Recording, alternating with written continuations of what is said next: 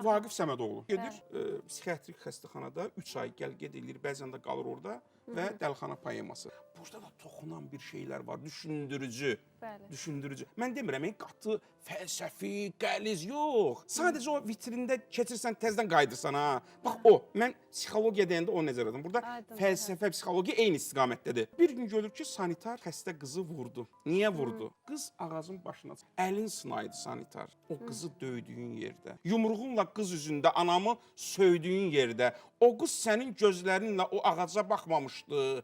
O qız o gün o ağaca elə belə çıxmamış. O qız çılpaq çınarın da başında hava görmüşdü. Allahın atıb getdiyi boş qalmış yuva görmüşdü.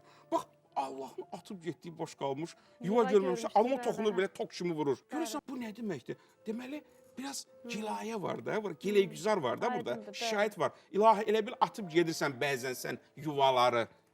Himayədarlıq etmirsən elə bil. Sanki.